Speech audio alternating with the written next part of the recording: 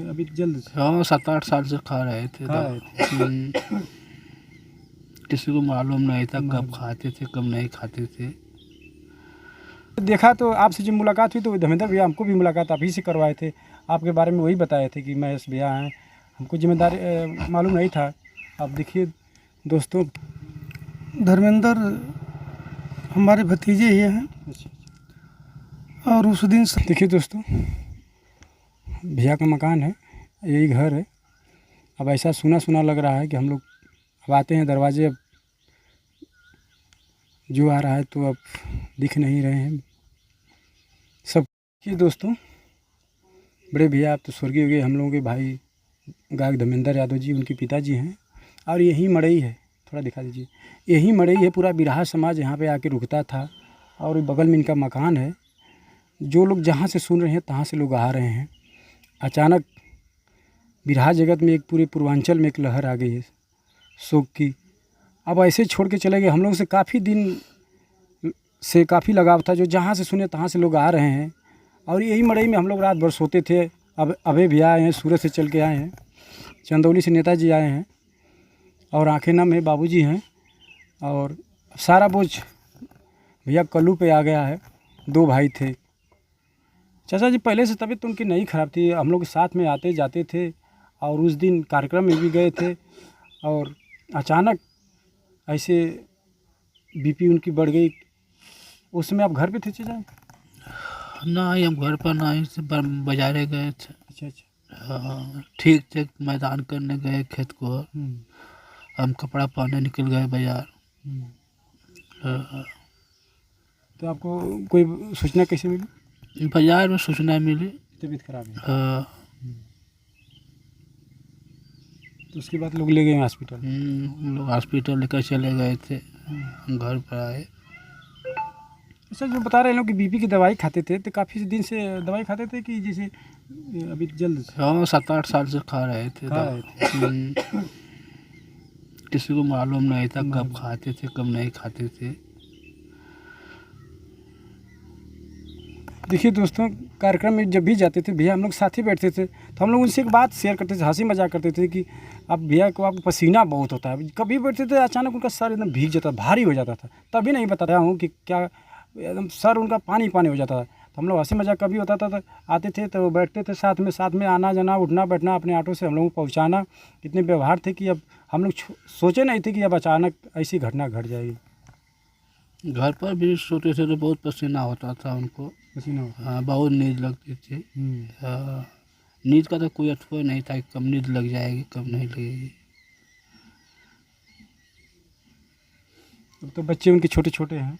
हाँ 2 बच्चे हैं, एक बच्ची है। बच्ची बड़ी है, बच्चे छोटे हैं। सारा देखभाल तो अब छोटे भाई कल्लू पे अब आ रहा है। हाँ कल्लू पर है, सारी जिम्मेदारी और कौन करेगा।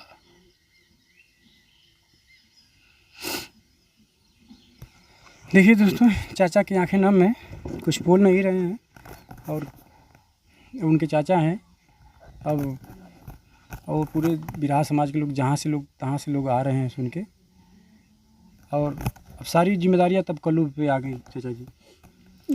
हाँ तो बड़े बेटे थे, वो नहीं है तो उनकी जिम्मेदारी है। बाकी परिवार के लोग जहाँ तक सहयोग होगा हमेशा लगे रहते हैं। आज भी हम लोग भी हमेशा तैयार हैं, आज भी तैयार हैं हम लोग। जहाँ तक हम लोगों से बनेगा हर दुख सुख में हम लोग सहयोग करेंगे। नहीं, आप लोग काफ़ी नाम लेते थे। हम लोग जब भी उनसे मुलाकात होती तो आप लोग काफ़ी चर्चा करते थे। आप लोग तो शुरू से उनका लोग मदद करते थे आप लोग। अब तो दुख की घड़ी में आप तो रहेंगे ही। हमेशा जो भी संभव होगा हम लोग हमेशा खड़े हैं। धर्मेंद्र हमारे भतीजे ही हैं। और उस दिन संजोग से जो है हमें लग रहा कि लगभग 4:30 या 5 बज रहा था। और मैं भी घर पे था, नहाने जा रहा था। इसे उसमें आप घर पे थे? हाँ घर पे थे, गमछी लपेट के नहाने जा रहे थे। तब तक छत पर से हमारी बड़ी बिटिया थी और इनकी माता जी भी हमारे मकान पर वहीं छत पर ही थी। वहीं से चिल्लाई कि भैया गिर गए जो है। तो हम लोग भाग करके आए, गिरे हुए थे। तो तुरंत हमने गाड़ी निकलवाया और तुरंत हमें लग रहा है कि 5 मिनट में ही कई लोग दौड़ करके उनको उठा करके लाए जो है। और हम लोग जैसे थे जिस कंडीशन में उसी कंडीशन में लेकर के उनको हम जो है हॉस्पिटल के लिए निकल गए घर से। तुरंत ले गए? तुरंत बिल्कुल, हमें लग रहा है कि अधिकतम 5 मिनट लगा। किस समय की बात थी कि जो गिरे थे?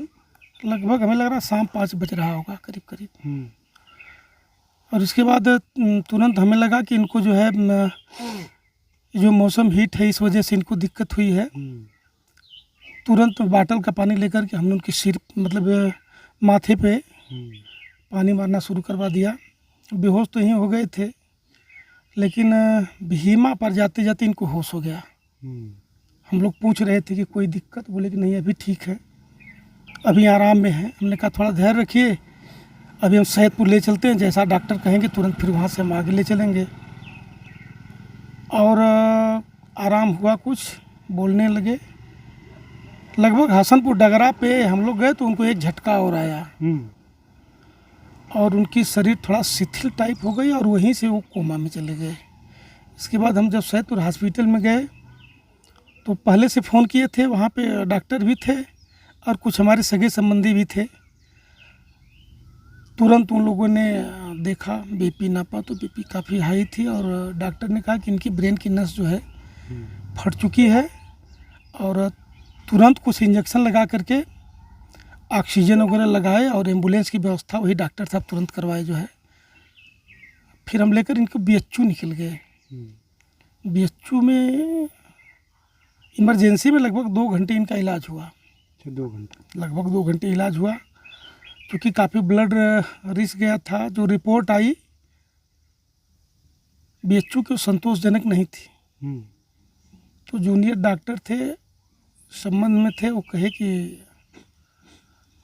अपने हेड डॉक्टर से कंसल्ट करके दवा चलाए और हमसे कहे कि इनको ICU की ज़रूरत है, आप कहीं भी चाहे जहाँ भी इनको ICU में डालिए। और फिर हमने, संबंध था हमारा कुछ निजी डॉक्टरों से, वहाँ हमने फ़ोन किया और 11 बजे रात में हम लेकर के दूसरे हॉस्पिटल में गए प्राइवेट में। वहाँ ICU इनको डाले और तुरंत ब्रेन के डॉक्टर आए, देखे ओके, दवा शुरू हुई। हालांकि उन्होंने भी बता दिया था कि बहुत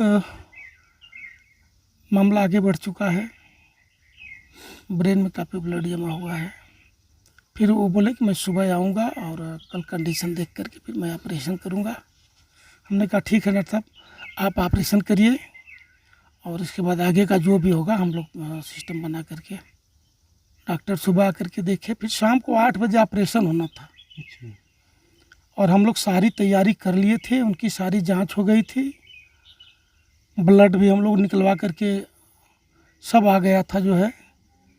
डॉक्टर भी करीब आ गए थे और उन्होंने फ़ोन किया कि ऊपर आप लोग आइए, हम पहुंचने वाले हैं। तब तक हम लोग नीचे से ऊपर गए। ऊपर जाने के बाद वही स्थिति जो है बिल्कुल अचानक उनकी बीपी जो है 190 से अचानक 75 पे आ गई, नीचे घट गई एकदम तत्काल। ऑपरेशन के ठीक 10 मिनट पहले, 10 मिनट बाद ऑपरेशन उनका हो जाता।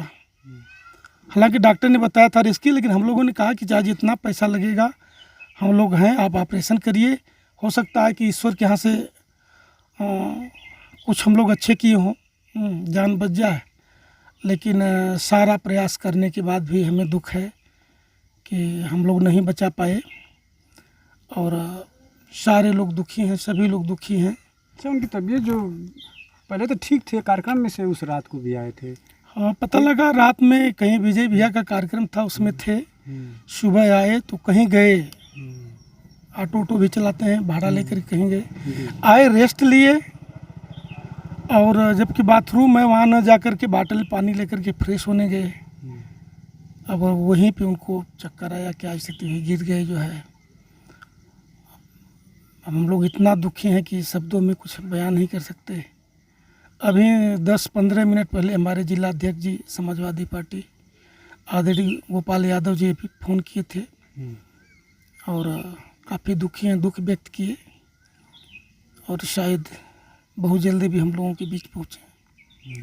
बहुत कष्ट है, सभी लोगों को कष्ट है।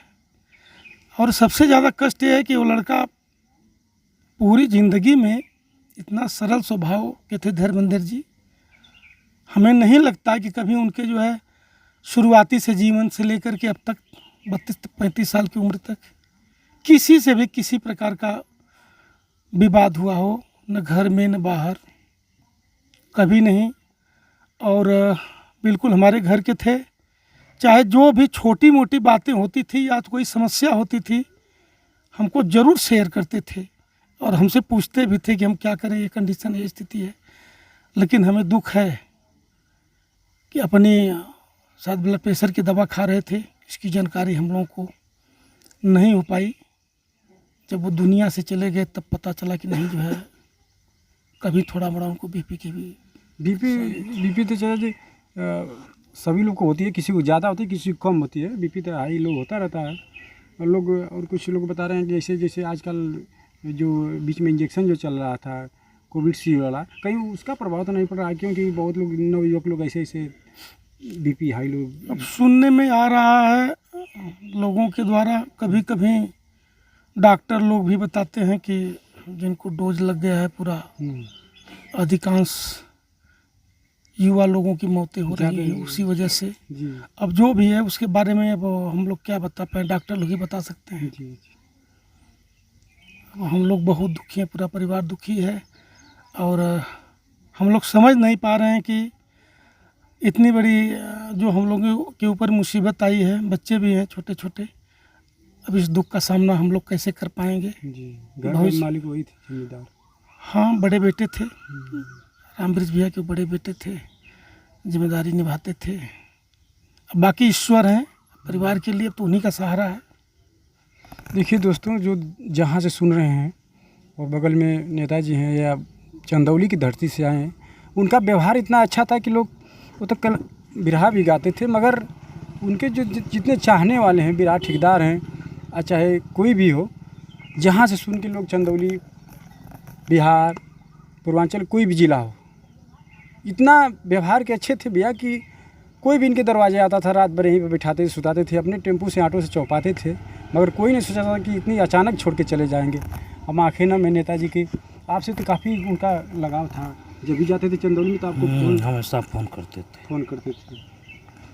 चंदौली में जब जाते थे तब फ़ोन करते थे। क्योंकि मैं देखा तो आपसे जब मुलाकात हुई तो धर्मेंद्र भैया हमको भी मुलाकात आप ही से करवाए थे, आपके बारे में वही बताए थे कि महेश भैया हैं, हमको जिम्मेदारी मालूम नहीं था। अब देखिए दोस्तों, क्या कहा जाए, भैया अचानक छोड़ के चले गए हैं और कोई शब्द नहीं है। और बगल में पिताजी हैं और बड़े भैया उनके कल्लू हैं, छोटे भाई, पूरी जिम्मेदारियां चाचा जी के ऊपर अब आ गई है। चलिए धीरज रखिए, धैर्य रखिए भैया, हम लोग परिवार के, हम लोग धैर्य रखें, आप भी जी। धैर्य रखिए। और जो जहाँ से सुन रहा है तहाँ से अब उनकी लोग बता रहे हैं कि अब तो श्रद्धांजलि सभा भी अब करने के लिए। हाँ बाबा, अभी तो हम लोग उनका घाट बाट नहा रहे हैं। जी पहले तो प्लानिंग थी 3 दिन की, लेकिन बुद्धिजीवी लोगों ने और लोगों ने कहा कि नहीं, 10 दिन तक का कार्यक्रम करिए। जी तो वही 10 दिन तक नहाने धोने का कार्यक्रम चल रहा है।